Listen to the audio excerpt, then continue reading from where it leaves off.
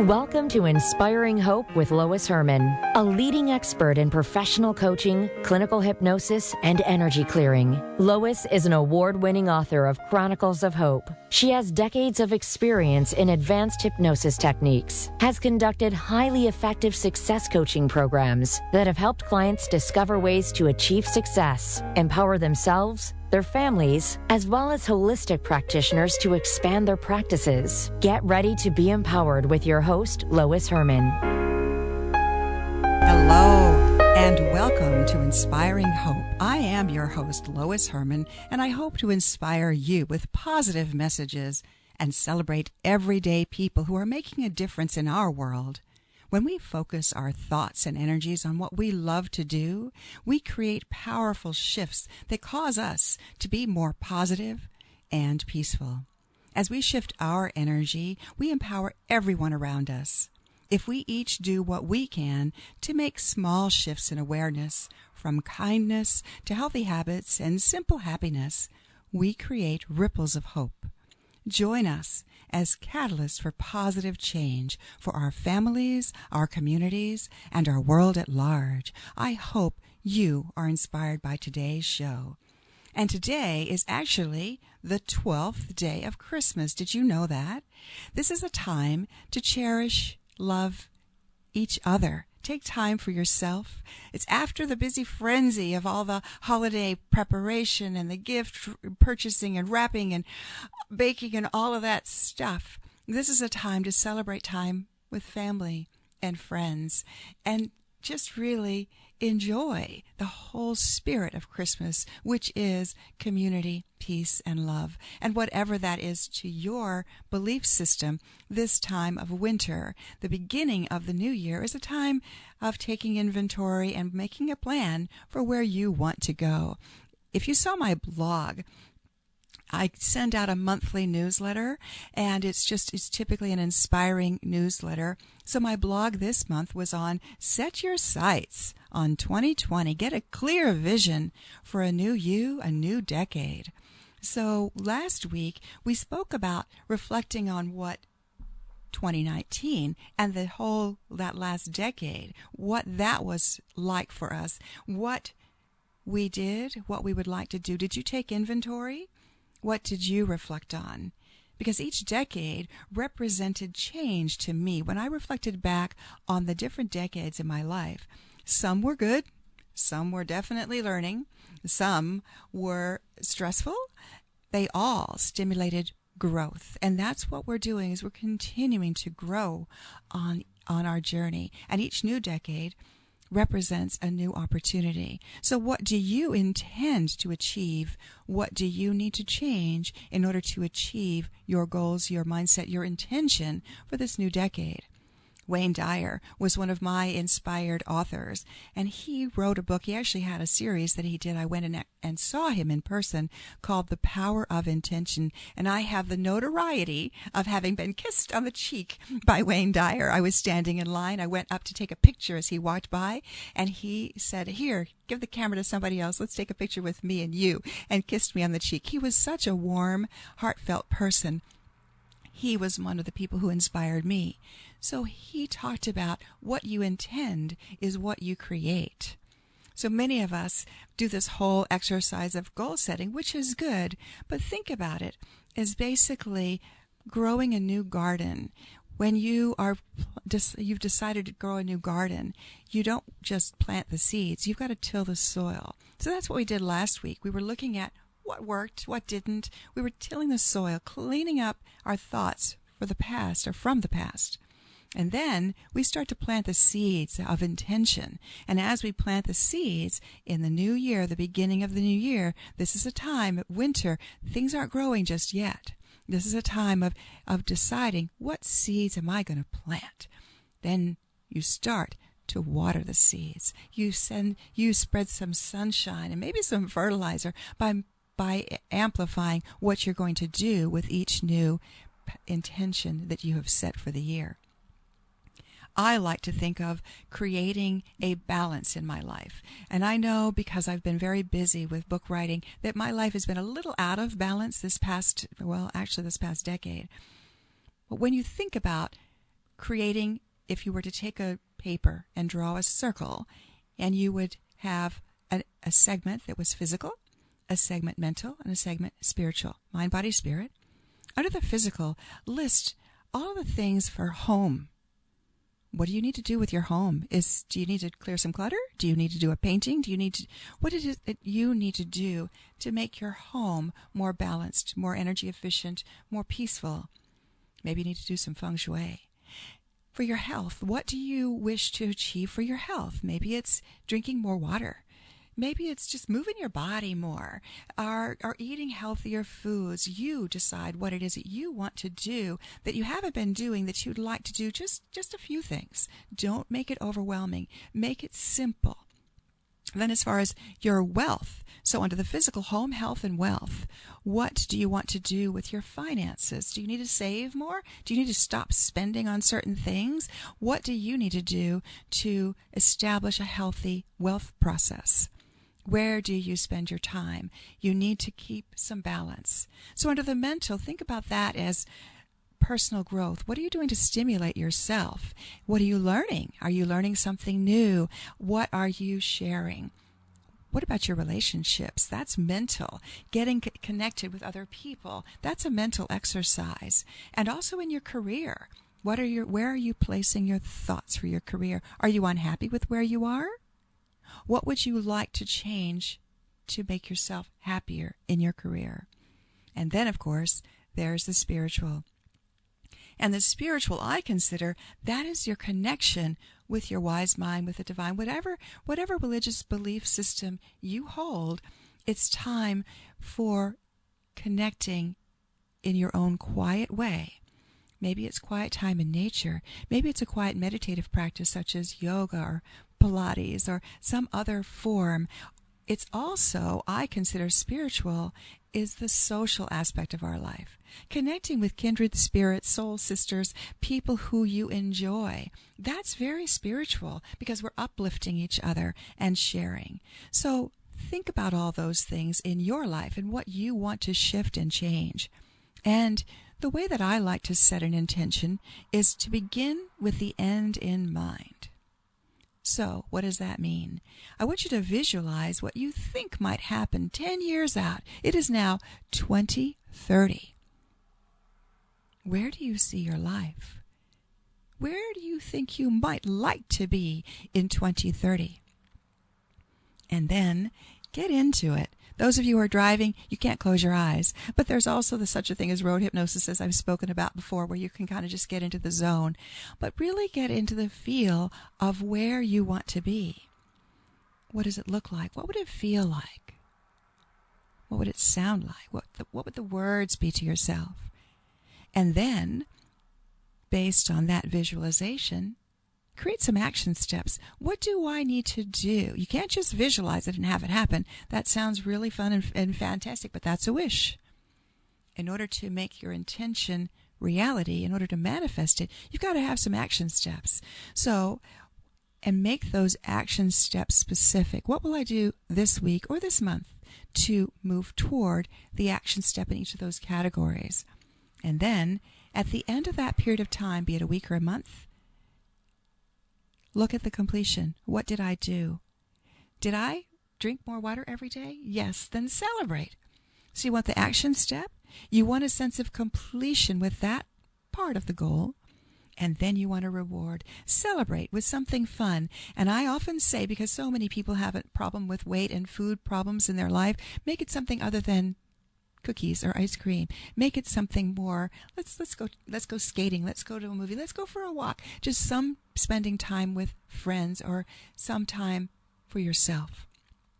So what new habits will you create to achieve your goal? Because you know, I've said this before, anything you do for 21 to 30 days, you're establishing a new habit. So this new phase of your life, this new year, new decade, start a new habit. What will you do to help yourself achieve that stretch goal out there 10 years from now? And think about that little engine that could. I think I can. I know I can. I can.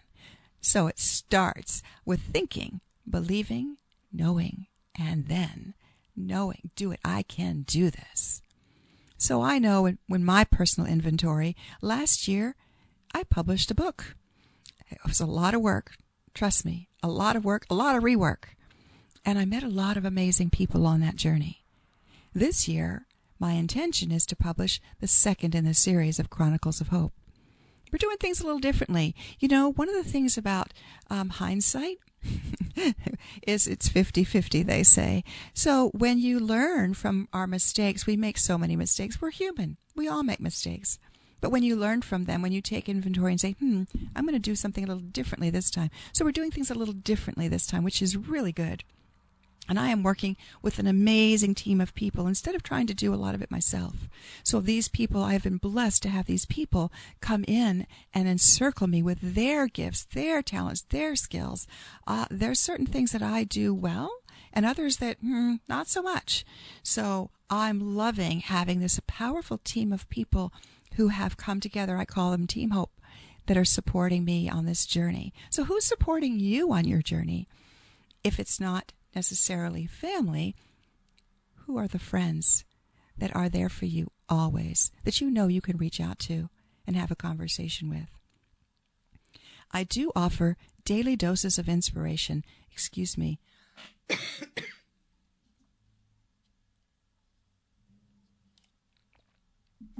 If you're on my Facebook page, then you know that I offer daily doses of inspiration on my Facebook page at Lois Herman Success Coach. We also have the chroniclesofhope.net page where we are actually sharing the highlights from Chronicles of Hope on those pages. We are establishing the opportunity to share all the information in this book to the public free of charge. If you want to buy the book, that's great. You can go buy it on Amazon or Barnes & Nobles. You can also go to the chroniclesofhope.net website and purchase it.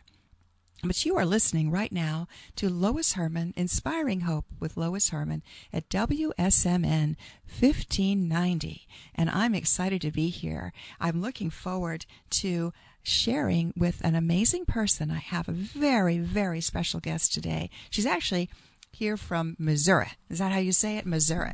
And when we come back in a moment, we're going to be talking with a woman who has become a dear, dear friend, and she is my primary editor. I have several people who have assisted on this journey, and several people who are reviewers who I'm very grateful that are giving continual feedback.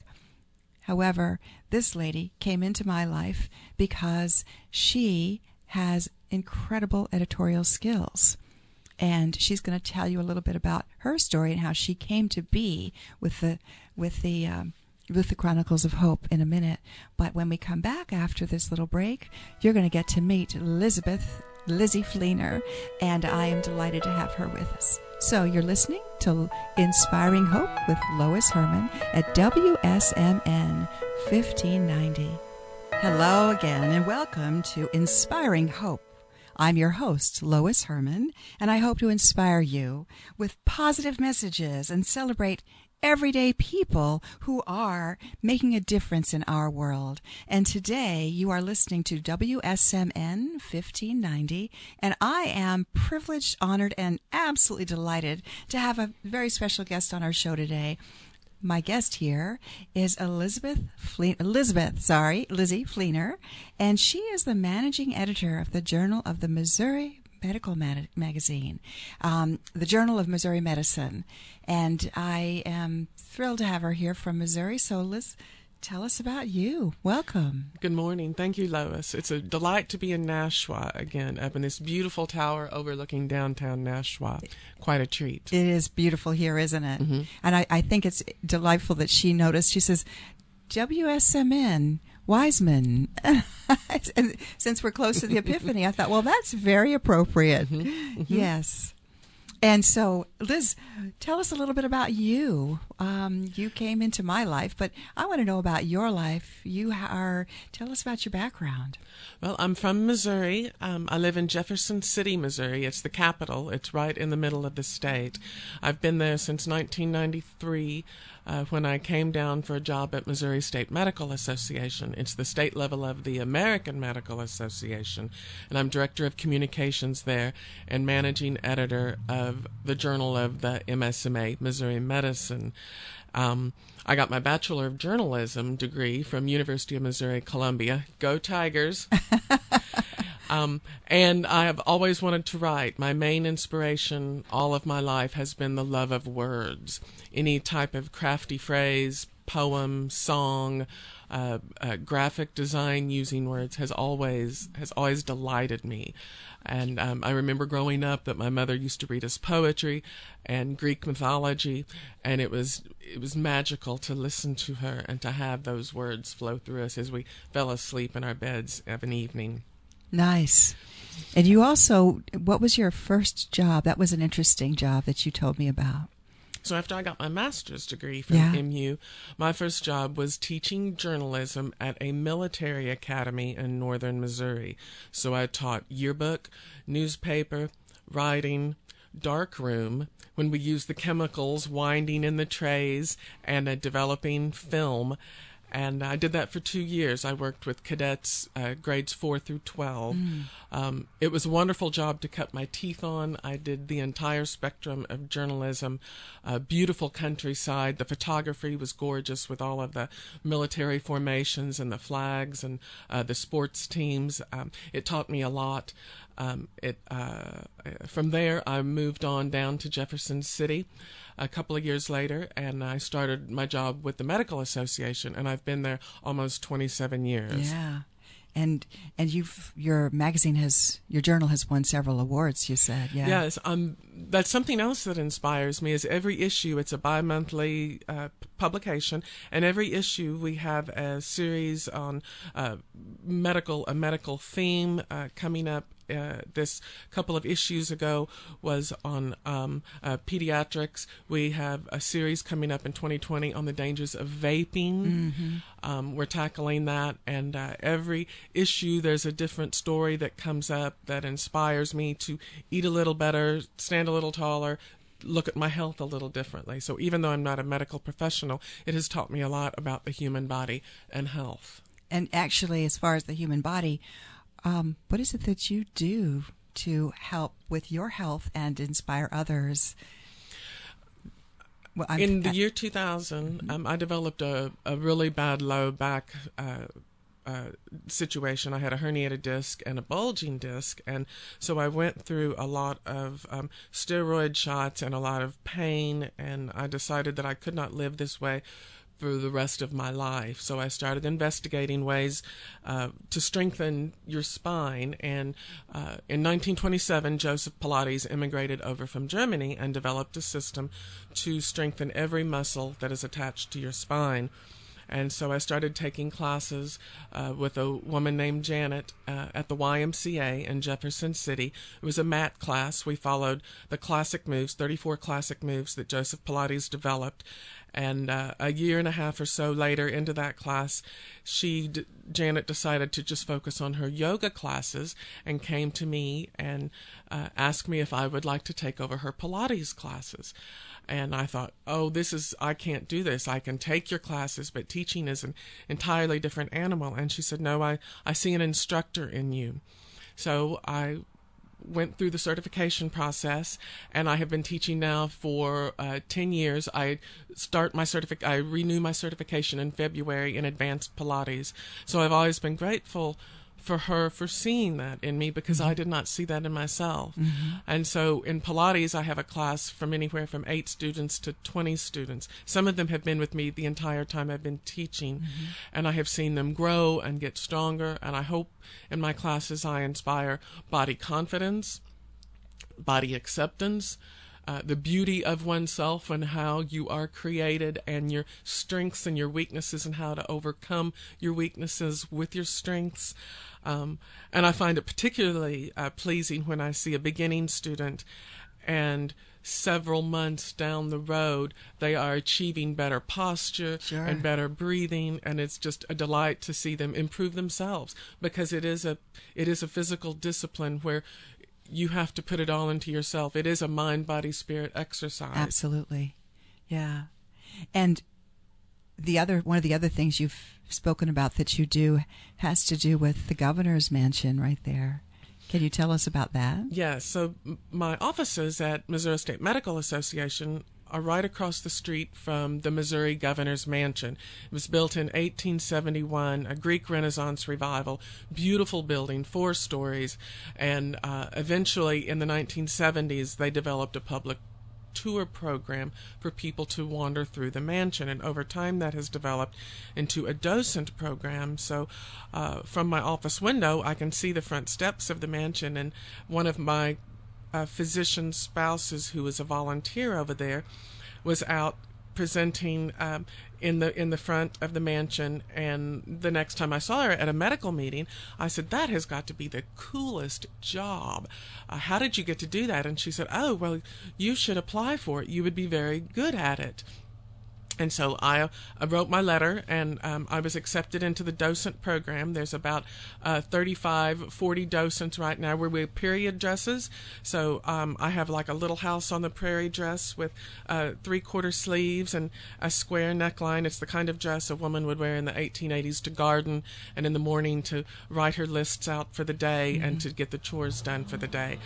One of the things that the Governor's Mansion does, besides give tours to sometimes more than 600 children a day in the 3rd and 4th grades in Missouri, because that's when they study Missouri history, is in June we do a manners program sponsored by Friends of Missouri Governor's Mansion, and children ages 8 through 12 can come in and learn communication manners, how to shake hands, how to introduce people, how to look people in the eye, how to smile, how to make people feel welcome. There's a component on thank you notes and showing gratitude and showing a thankfulness for being part of a group or a team or a project. Another component is setting a table, a formal table with all of the cutlery and all the plates and the glasses. Another component is how to actually eat at a table with all of those knives and all of those forks. Kind of a lost art, isn't it? Yes, it is. Because I still lay a table for Thanksgiving and Christmas and other holidays and other events, and everybody always says, "Well, why don't you use paper plates?" I'm thinking, well, number one, that's a consumable that has to be purchased, and it's actually more expensive. If I have beautiful china, and actually at Christmas I have these beautiful Christmas dishes that you can throw them in the dishwasher, but it just makes such a difference to have a real place to set it at the table. And yeah, it takes a little effort, but everybody always finds it to be very magical to actually learn how and be involved with sitting at the table and enjoying a meal together. And it was magical these last few days being here with you and your family. You set a beautiful table for your family's Christmas dinner, and then last night another beautiful table with a completely different group of people, Team Hope, the group that is helping you with this book. The one thing I like most about the Governor's Mansion manners classes is that my participation in this is I teach how to give a prayer in a public setting, or in a place, how to respond to a prayer when you are giving thanks for the meal that is prepared for you.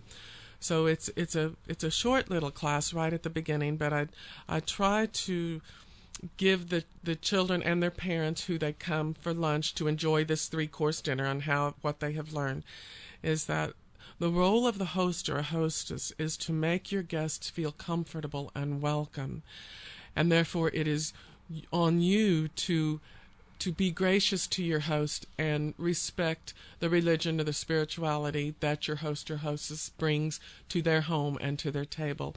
And so I tell the children you may respectfully bow your head, you may close your eyes and say your own gratitude in your own heart, but it is prayer is a form of gratitude. Absolutely. That you're thankful for, and whether we thank the hands that prepared the food, the plants and animals that gave their lives for our nourishment, or the beautiful home in which you're in and the spirits that fill it. That is up to you, but you always respect the host and the hostesses, their point of prayer and gratitude. That is so wonderful to teach, because many people that are not really practicing religious practices, they've lost the simple art of gratitude and expressing gratitude.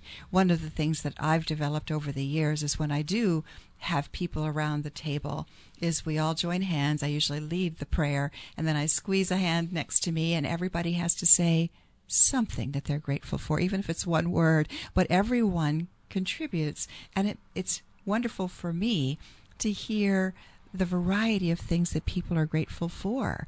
And everybody is involved. It's not just saying a routine prayer that just hurry up, get it over with, let's eat. It's more inclusive. So I think the lost art of prayer or sharing gratitude is an important thing to do in everyday life, but also for special times. That's awesome. And the other thing that I've heard you mention a lot, we're going to get into some of this stuff about editing the book a little bit, but you're an avid sailor. And I'm an avid sailor because I fell in love with a sailor.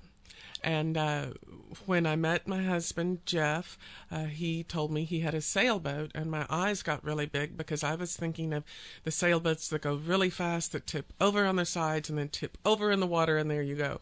And he said, no, we have a larger boat. The first boat, when I met him, the boat's name was Something in the Air.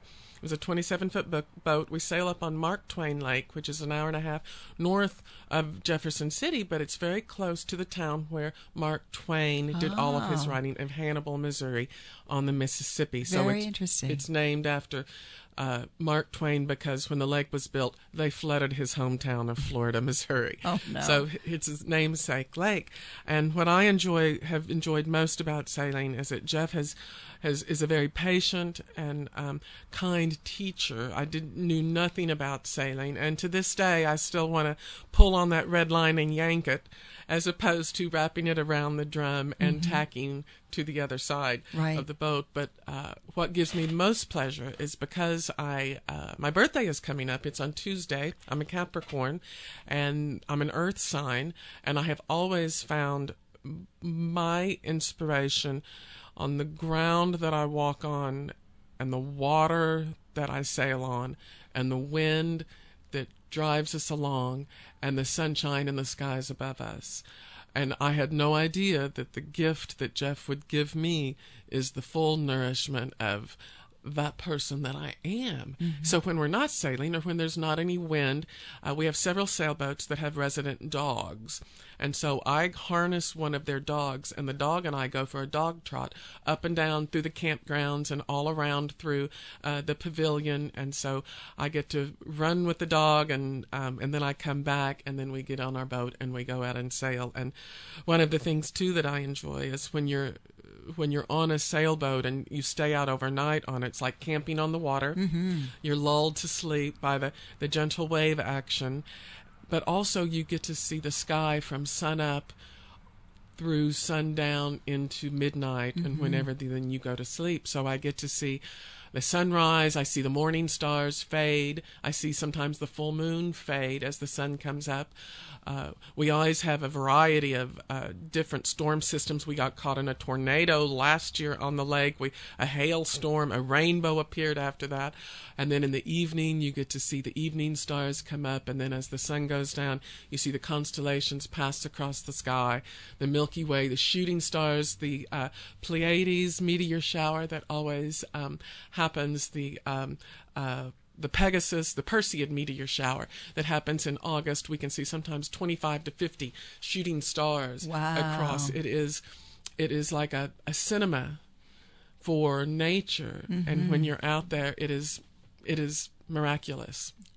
That sounds absolutely wonderful. I'm looking forward to an opportunity to go sailing with you when we go to I'll be going to both of us will be at the Heartland Conference in St. Louis in late April. And as long as it's not raining, we don't need any wind. All we need is to be on that boat and on the water. Oh, how I look forward to that. But wind is good. Wind is good, especially with a sailboat. That's right. Yeah. One of the things that I heard you say with you being a Capricorn, and I've long heard Capricorns are goats. You know, they are grounded. But you mentioned that you're right. The constellation, the symbol is the goat with the mermaid's tail. So that I thought was interesting. So that balances me because I do enjoy hiking and being outside on the ground in the earth. And then when I'm on the water, it is more free-flowing and more creative. And it's a duality that I enjoy because I'm a very practical, logical person. But I think that creative end of me, the mermaid tail that likes to swim in the water and go with the flow, builds in my creation and what I do, whether it's with the journal, in my Pilates class, in my writing. So I'm glad to have that. It's good to be both.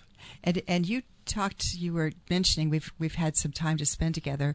You mentioned someone that inspired you. One of the people that inspired you the most was your granny. Did you say was your grandmother? As a little girl, we called her Granny Cooner. She was my great-grandmother. On my mother's side, she was the mother of three daughters, my grandmother being one, Kat being another, and Margaret being the third. And I descended out of Erlene, my grandmother, her middle daughter. And but Aunt Kat and Granny lived together in a little house. My mother's family came over from northern Alabama into Mississippi and northern Arkansas. And my grandmother and my grandpa had a house and a parcel of land, and he was a farmer with cotton and soybeans and rice. He was also an avid hunter and fisherman, an inventor. He could make anything. He loved woodwork. I still wear a ring that he made for me out of a silver $50 that he gave me for my 18th birthday. My granny and my Aunt Kat lived together in another little house. Yes, and we're gonna circle back around to that when we come back. Okay. Because one of the practices that her granny did was very inspiring. Yes. So you're listening to Inspiring Hope. I'm Lois Herman. You're listening to WSMN 1590. They fought for our country.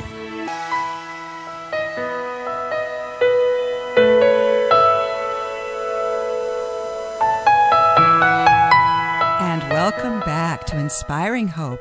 I'm your host, Lois Herman. You are listening to WSMN 1590, and we are here this morning speaking with Liz Fleenor. She is my primary editor on the Chronicles of Hope series, and she's here for various reasons this weekend. As she's here, I decided to have her on the show and tell us a little bit about herself. You were mentioning your granny and how she inspired you, and one of the most poignant things I heard you say about her was how she was always so accepting of you and thrilled whenever you were around. It wasn't about why are you leaving? There was no freneticness. It was just complete acceptance, and that is rare in our world today.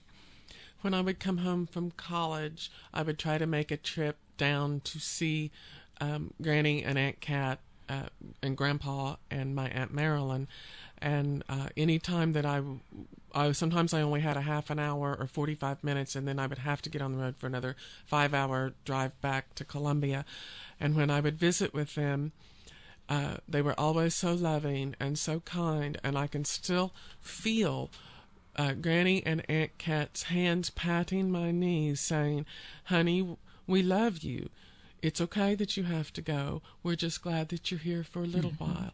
Anytime you want to come back, we're here. But remember, the greatest thing is that we love you."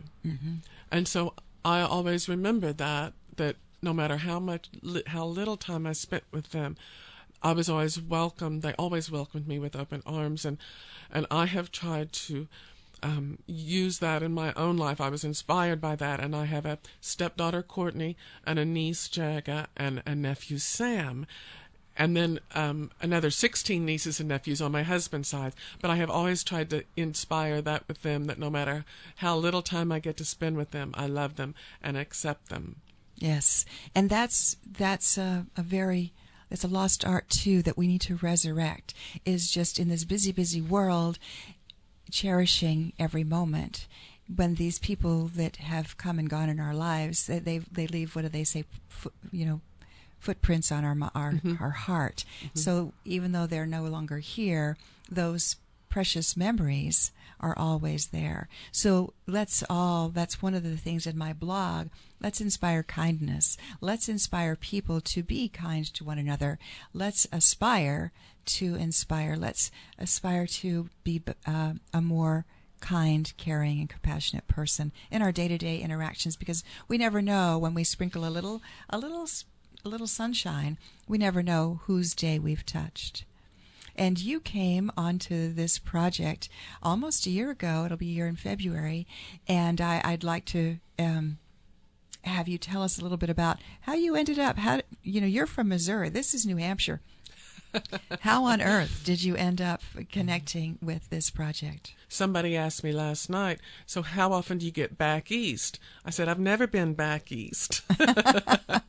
So I developed a lower back injury, and I had to go through some physical therapy, and my physical therapist is also a hypnotist and met you at a national conference, and he is part of your book team. And last February I got a text out of the blue, and he asked, hey, I'm on a book project.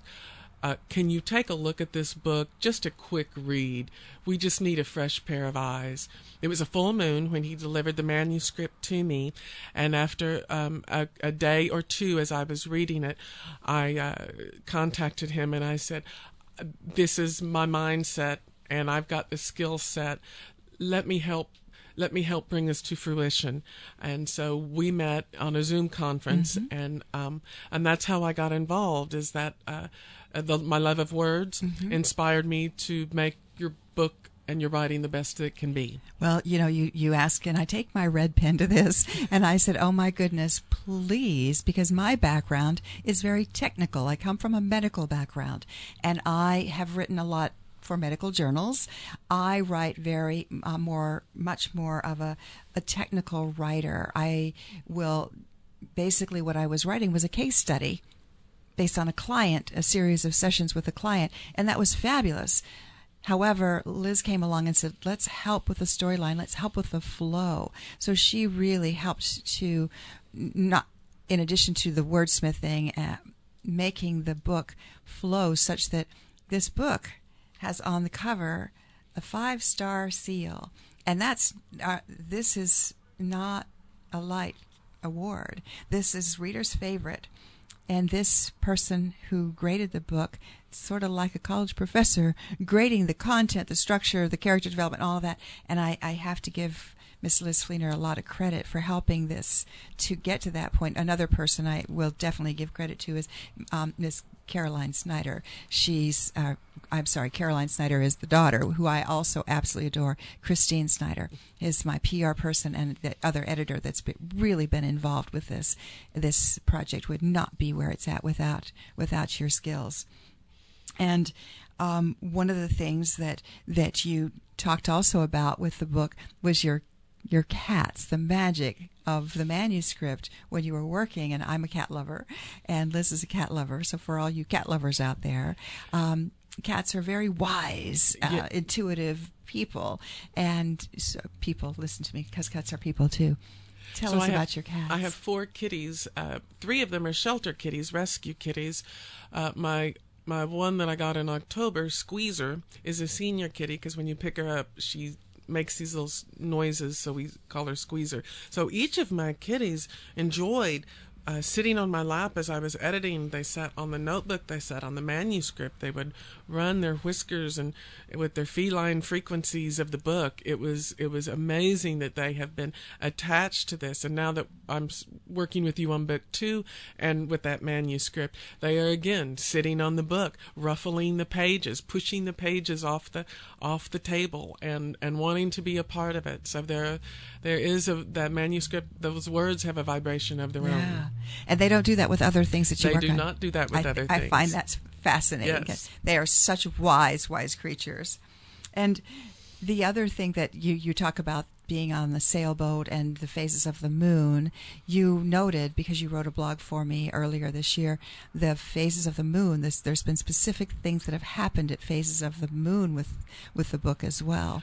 I received the manuscript on a full moon in February. In the full moon in March, we turned that manuscript into the publisher for the first set of proofs.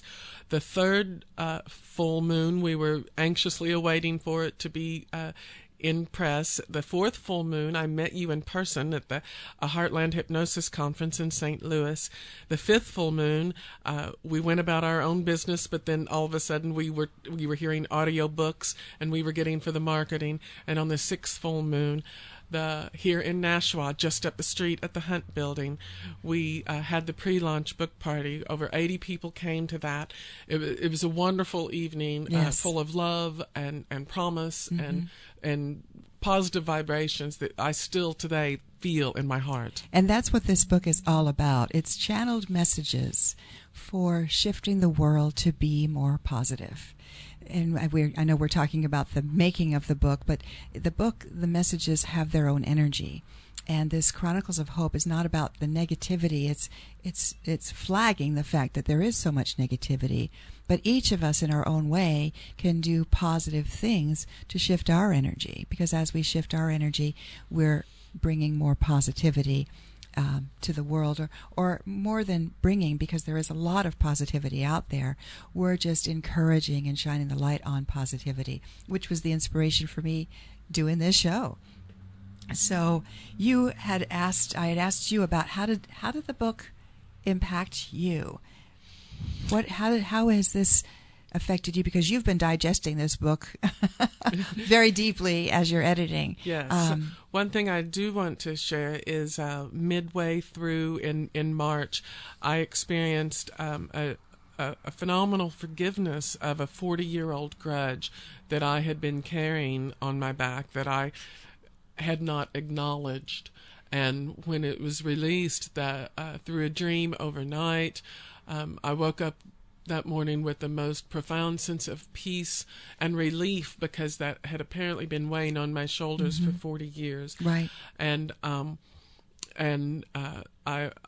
thankful to God for allowing me to release that and forgive myself and forgive that grudge, because it has lightened me. Absolutely. Mm-hmm. And they say that forgiveness is not about them. They own, if someone has done some harm to you, they own that deed. They will have to reconcile that with themselves. Forgiveness is about forgiving it away. I no longer wish to carry this. Like you said, you're lighter. When you give it away, I don't want to think about it. It's not about forgetting. Don't bring that person back in to burn you again. Say, okay, got your number. I really don't necessarily have to allow you to hurt me again, but I no longer want to carry this burden, this rumination, this grudge. I want to let it go. Mm-hmm. And that's what true forgiveness is. It's a letting go for you to benefit yourself, to lighten your energy. Mm-hmm. So that's beautiful. Absolutely beautiful. And you also, we were talking about, this whole process is about inspiring people. And you, in your Pilates, you teach breathing, and you researched the word inspire, and I thought that was fascinating. I did, because my love of words. I thought, well, let's see where the word inspires come from, and it's a Latin word for breathing in or breathing onto. And in Pilates, we take a big inhale, and then you exhale through the movement. And it's the same way when you inspire. When you are breathing in, you are seeing something that excites you, that it makes you eager, that makes you want to change, or that sparks some kind of creativity in your wellspring. And when you breathe out, you are then inspiring someone else, whether your hands are in the soil and you're breathing on those little seedlings that you're trying them to grow, or you're encouraging a student to do better, or one of your friends who needs to cry on a shoulder, and you breathe your calmness and your comfort into them. So inspire is a two-way street. You have to breathe in, and then it is your job to share that and to inspire others with your own breath. And so with Pilates, we do a lot of work with the third chakra, which is your solar plexus, your lungs, your I do chakra, and inspire comes from that. That's beautiful. Beautifully said. And that's what we're doing, is we're breathing in all of these experiences from various different people. And as we share them, we hope to spread some inspiration, some little, shine a little light for other people, to give them something to think about, something positive. You're listening to Inspiring Hope with Lois Herman, and this is WSMN 1590. You can follow me I have two websites, Lois Herman with 2Ns.com, and then chroniclesofhope.net is the book's website. We have a myriad of Facebook pages and YouTube channels, Instagram, Twitter, all those things. You can find all of that on the websites. And I would encourage you to join us also, those people who have read the book and would like to talk about it. We have started an Inspiring Hope. It's basically a Chronicles of Hope community where we meet twice a month via Zoom. So we have people from Missouri and different places that we get together and we discuss, how is this impacting our lives? We're going through the highlights in the book and conferring with one another on what we're doing to make a difference. And it's a way of actually having an opportunity to share and discuss. So this coming Tuesday is one of our episodes. It's at night, 7 o'clock in the evening, Eastern Time. And you just go to chroniclesofhope.net community to sign up and join in the discussion. It's a wonderful hour of sharing with kindred spirits, where I'm sharing here and highlighting somebody. This is great, but it's one person, two of us talking. If you want to join in and ask questions and really get involved, we encourage you to join the community of light. And we're excited about that. So I had another question for you. What do you suggest, Liz Fleenor, what do you do to stay inspired? And what is it that you would recommend to people for their new year? I think in terms of New Year's resolutions, it's great to want to eat better, to exercise more, but I encourage people to find a New Year's resolution that inspires all 5 senses, and then your 6th sense as well. So for your sight sense, try to look at something new, find beauty in a situation, open your eyes and look for things, and look at things in a different way that you've not seen before. 1 minute. For your hearing, I want you to be able to listen to a different viewpoint. For your taste, maybe find something in different food that you want to eat. For smelling, make sure that you breathe in. For feeling, give a lot of hugs. And for your 6th sense, use your imagination. And I do want to say that there was a 12th century theologian named Rumi, and he says, "That which suppresses your true nature, shun. Whatever lifts the corners of your mouth, trust that." I love that. Rumi has a lot. I've heard Wayne Dyer speaks a lot of Rumi, and other of my spiritual teachers have mentioned Rumi. That's a beautiful quote. It ties in with that forgiveness. Mm-hmm. You know, yes, you can forgive it away, but if they're going to affect your true nature, you don't necessarily need to bring them back into your world. Bring into your world those that make you smile. So I hope you smile. I hope you are inspired by today's message. Join us next week for this Inspiring Hope show, when we will shine the light on another very special guest who will share their inspiring story. You can find me at loisherman.com, chroniclesofhope.net, and you are listening to Inspiring Hope at WSMN 1590. So you're on your way. Make it the best decade ever. Meanwhile, look up, stay positive, and be the light in someone's day.